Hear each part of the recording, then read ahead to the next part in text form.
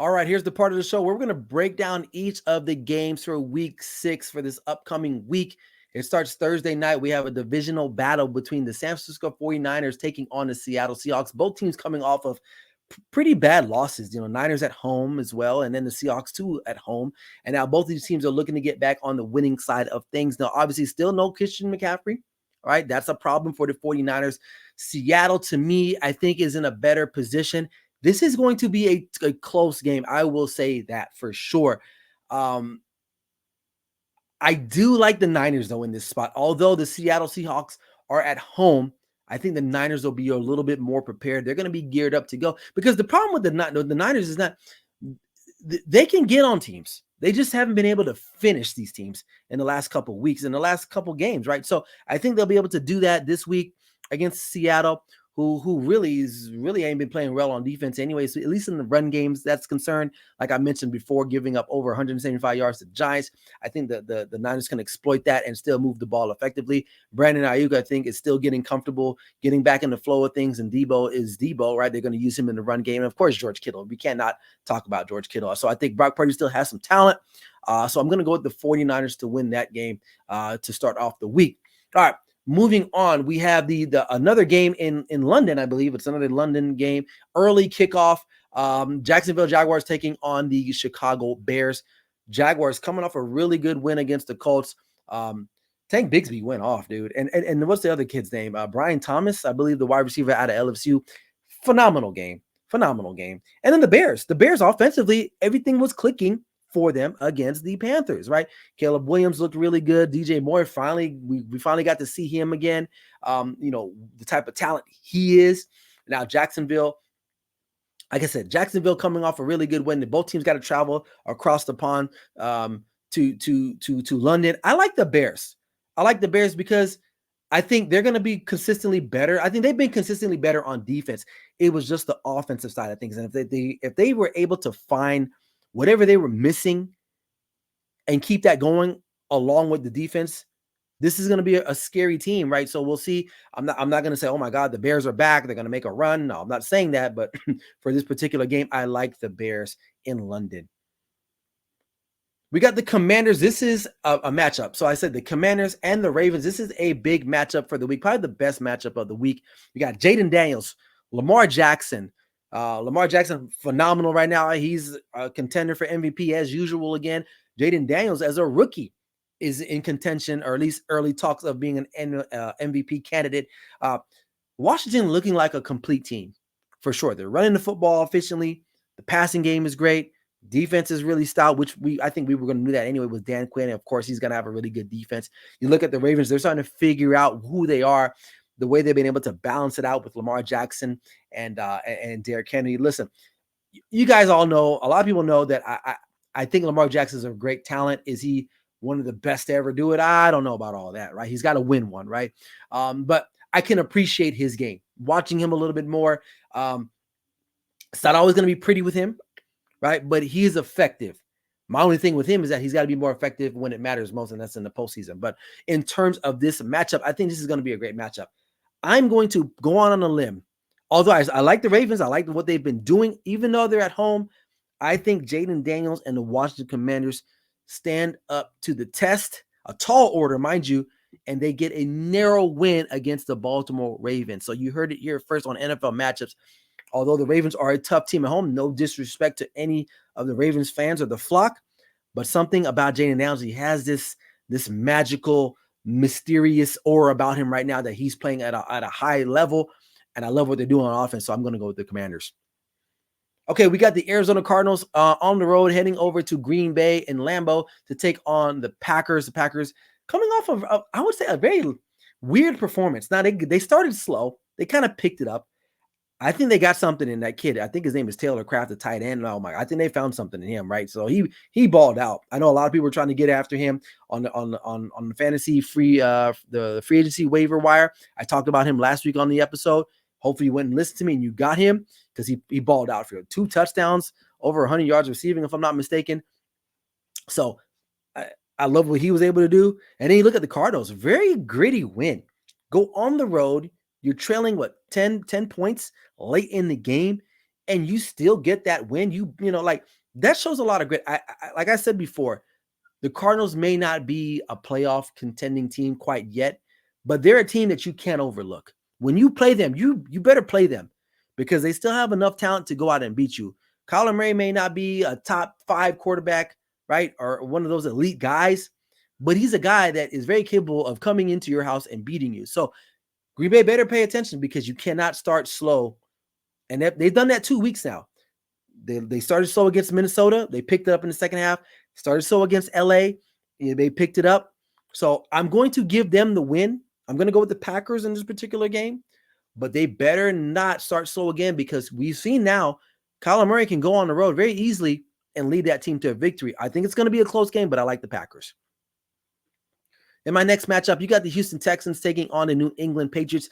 Drake May is going to get the start. And what a hell of a week to get the start against a team that gets after the quarterback. Will Anderson, Daniil Hunter, they're coming for you. They're coming for you. And the Patriots, overall, their offensive line ain't the best. That's part of the reason why they didn't want to start Drake May in the beginning of the year, because they didn't want the kid to get killed. And guess what? Now he's going to have to look. The good thing going for him, he's at home, but it doesn't matter. They're 1-4. This offense is anemic. They needed to do something. They needed to switch something up. Jacoby Brissett is very limited, right? So we all knew this day was coming at some point, right? And then you look at the Texans coming off a really, really good win at home against the Buffalo Bills, a playoff contending team. To me, this is a no-brainer for me. If the Texans cannot beat the Patriots, a rookie quarterback, a rookie head coach, you have a pass rush like that, you got CJ Stroud. Now, Nico Collins is probably week to week. We'll see if he's able to go. He's got that hamstring. You still got Stephon Diggs. You still got Tank Dell. You still got Dalton Schultz. Maybe Joe Mixon will get back in the fold. We'll see. But they have way more talent than the Patriots, so I like the Texans easily to win this game.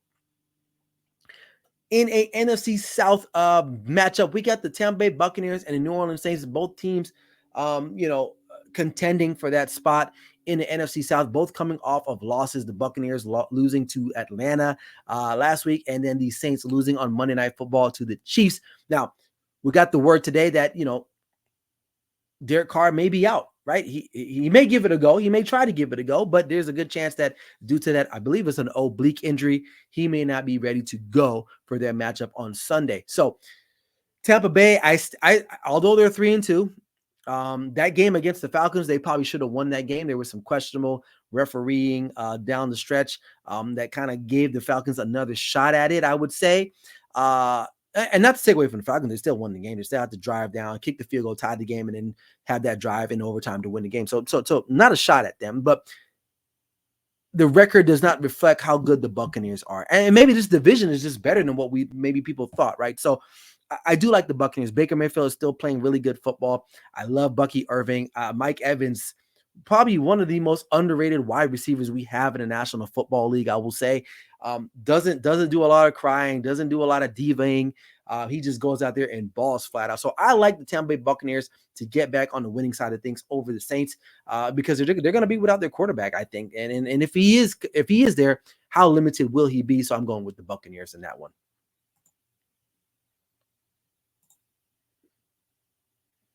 All right, in the next matchups here, we got the Cleveland Browns taking on the Philadelphia Eagles. Listen, the Browns are a disaster.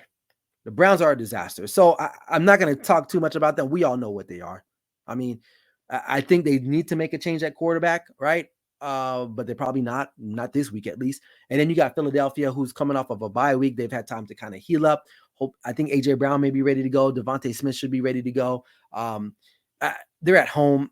Like I said, they've had time to prepare. I'm not really confident in the Philadelphia Eagles overall anyway, but I feel more confident in them than I do the Browns. So I'm going to pick the Eagles in that particular matchup. That's a no-brainer for me. You got the Colts at the Titans in the AFC South matchup. Listen, I don't know. Like this, the Colts. I'll say this. I think they play better with Joe Flacco than they do with Anthony Richardson. Right. And I get it. They drafted Anthony Richardson. They got to give him time to develop. I understand all that, but he's hurt. He may be back this week, but me personally, I would probably go with Joe Flacco anyway, because look what Michael Pittman Jr. has been able to do the last 2 weeks with Joe Flacco under center versus Michael Pittman Jr. when AR5 or whatever his number is, Anthony Richardson is under center. It's night and day, right? Uh, Hopefully they get Jonathan Taylor back now. Sermon did a pretty good job, and I think the other kid Goodson did a pretty good job too as well. They probably could have won that game against Jacksonville. They had to battle back through some things. And you got Tennessee. I mean, Will Levis, arguably one of the worst starting quarterbacks in the National Football League right now. He's going to give you a pick or two or some type of fumble there. I like the Colts on the road, especially if they have Joe Flacco. If they don't have Joe Flacco, I still like the Colts anyway. I just like their talent better than I do the Tennessee Titans overall. So I'm picking the Colts in this particular matchup. In an AFC West showdown, we got the LA Chargers on the road taking on the Denver Broncos. The Broncos coming off a pretty good win against the Raiders, another divisional foe. Bo Nix still limited. If it wasn't for their defense, man, like they probably would have lost that game to the Raiders. There was a crucial point in that game where the Raiders were driving and Gardner Minshew throws that pick six to Patrick Surtain Jr. I think that completely changed the outcome of the game because after that, it was just all downhill. That defense is legit. 2 interceptions, I believe, and a pick six. Like, come on. Like, the Chargers, on the other hand, I like the brand of football that they're playing. And I believe they were on a bye week this past week. So hopefully Justin Herbert was able to kind of ice up a little bit, get a little bit healthier. This is going to be a close game. It's going to be a close game because the Broncos defense is good enough to keep them in the game. I still don't believe in their offense per se, but I'm going to go with the Chargers only because they have the better quarterback play. I feel there's going to be a moment in the game where Justin Herbert's going to be able to make a play down the field where they're going to need it. And that's going to be the difference in the game. So I'm going to go with the Chargers just for that sheer fact that I like the quarterback better than the quarterback matchup in this particular game because I think the teams are fairly even for the most part, but I like the quarterback play. This is a big one for both teams. This next one, we got the Pittsburgh Steelers taking on the Las Vegas Raiders. Both teams, pretty bad losses. Games that they probably should have won. The Steelers should have beat the Cowboys Sunday Night Football. I talked about that earlier in the episode. I mean, listen, your defense forces 3 turnovers and you only managed 17 points. That's ridiculous. That's ridiculous, right? And you look at the Raiders, they were driving to take a controlling lead of that game early in Denver, and then you throw the pick six. Now they got problems at the quarterback position, right? Obviously. Is it going to be Gardner Minshew? Is it going to be Aiden O'Connell? Who knows? They both suck either way. But who sucks the most? That's really the question they have to look at. And you listen to AP, their head coach, Antonio Pierce. He's like, well, we got to look at the film. I think he got enough film on Gardner Minshew. He's been on, 4 teams in the last 5 or 6 seasons. It's a reason why he's a backup everywhere he goes. The fact that they came into the season thinking that he was going to be their answer is ridiculous to me. So they deserve what they're getting at the end of the day because they have talent. You have a wide receiver in Davante Adams who doesn't want to play there. Why? Because the quarterbacks are crap. Okay, so as far as the pick is concerned, I like the Raiders. I like the Raiders still, only because they're home. I think the fans, God bless them. Raider fans may not be as educated from a football perspective, right? Because a lot of them, you listen to some of them, they don't know what the hell they're talking about, right? But they are so passionate about their club that I feel like Allegiant Stadium is going to be rocking. I still think I think they can get something going. I think they're going to ride the momentum of Davante Adams that trying to get out of there. Coming off of a bad loss last week, Steelers kind of reeling a little bit offensively. They can't get it going themselves, right? It's going to be whoever has the ball last may win this game. I kind of like the Raiders at home for this one, so I'm going to ride with them. All right, we got the Atlanta Falcons taking on the Carolina Panthers. Andy Dalton, a couple weeks ago, was a revelation for this club.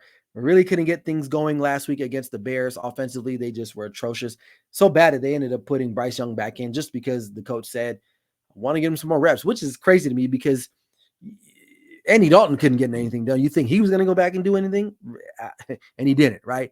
If you had anybody from the Carolina Panthers on your fantasy team, you probably were looking at yourself like, or at your phone and your screen like, well, what the hell is going on there? So this is still a bad football team. I still think they have pieces there.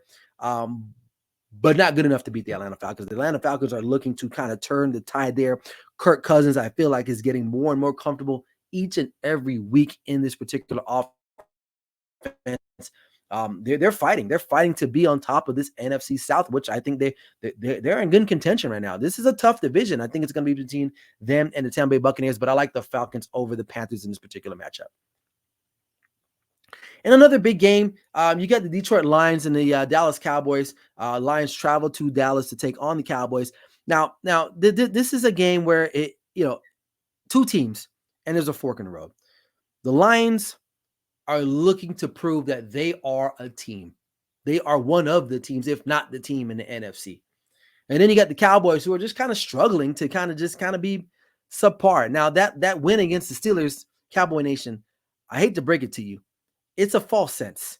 It's a false sense because they should have lost that game. They should have lost that game. Okay? They didn't. I get it. And I know they're all, oh, we won the game. You're right. We're going to go on this run. You're not, because the fact remains you still have a defense that can be had, especially against good teams, good offensive teams, which the Lions are. Okay? And your offense has no running game. And I like the story about Rico Dallas. Cute, right? He's been kind of a not journeyman, but he's been on the Cowboys for a couple of years now. He's been back up to Zeke, back up to Tony Pollard, right? He's kind of taking over the reins now. But at the end of the day, this team is going to live and die off the arm of Dak Prescott. Simple as that. And I hate to say it, and I love Dak. I love Dak as a player. He seems like a pretty cool guy. He's not good enough to do this week in and week out. Now, I know he helped win that game against Pittsburgh the other day after throwing 2 interceptions and a lost fumble, but he can't do this week in and week out. Not a lot of guys can do that anyway. So for that sheer reason, I think that win against the Steelers is going to blind a lot of people. So I'm going to go with the Lions to win this game. I think the game will be close because I feel like Dan Campbell, at the end of the day, he's going to make some questionable decision where it's like, dude, what are you doing? You are the better team. Go out and win the football game. I think the Lions are going to be able to run the football like most good teams do against the Dallas Cowboys, and they're going to secure that victory and get the win over the Dallas Cowboys. So I'm going with the Lions. All right, Sunday Night Football, kind of a snoozer here, right? If I'm being quite honest with you, the Bengals, who are 1-4, and their chances of making the playoffs look pretty slim to none at this point. They're taking on an upstart Giants team who are coming off a really tremendous win, like I talked about earlier in my Real or Not segment, against the Seattle Seahawks. The game is playing in MetLife, right? In MetLife. The Bengals, to me, have the better roster. So this should be a win. The problem is the Bengals can't get out of their own way. That's the problem. So who do I take this game? I'm going to go with the Giants. For some reason, I feel like in a must-win situation, the Bengals can't get it done. I feel like the Giants are better than what we thought they were going to be. They're at home. I think they're going to be able to run the football. The Bengals defense can be had. And if Malik Neighbors does return back this week, it's just going to even add more fire or boost his team even more. So the Bengals their back it's not even up against the wall anymore. It's through the wall. If they have any shot of winning or getting into the playoffs, they got to win this game and the following game after that. But it's not going to be easy, right? It's going to be an uphill climb. Although they're very talented, I love Jamar Chase. I love Joe Burrow. I like those two players. Overall, this team just is missing something, and I just don't feel like they have enough. So I'm going to go with the Giants in an upset. All right, and for the final game of the week, this is a huge one. The Jets at home taking on the Buffalo Bills, like we talked about before. Robert Saleh's out. Jeff Ulbrich, I think that's his name. He is in as the interim. Bills losing again to Houston Texans in a close one. The Jets, I guess it was kind of close, but it wasn't really because Minnesota just kind of let up off the gas. But either way, the Jets offense got to get going because the Buffalo defense is not good at all. And for the Buffalo Bills, it's going to be tough sledding because the Jets defense is for real. So I am going to go with the Buffalo Bills still. I still think that Josh Allen still has a little bit of magic left, although I do appreciate the Jets defense. I think it's phenomenal. I just don't believe in Aaron Rodgers and their offense. I think they're going to continue to struggle. There may be some more life in the building because there's an interim, right? We've seen that before where the interim guy comes in. There's some more life in the building, but I feel like the Buffalo Bills are still the better coached football team overall. And I don't want to say they're in a must-win, but if they want to win this division, this is a game they have to have, and I think they'll get it. So I like the Buffalo Bills in this particular matchup.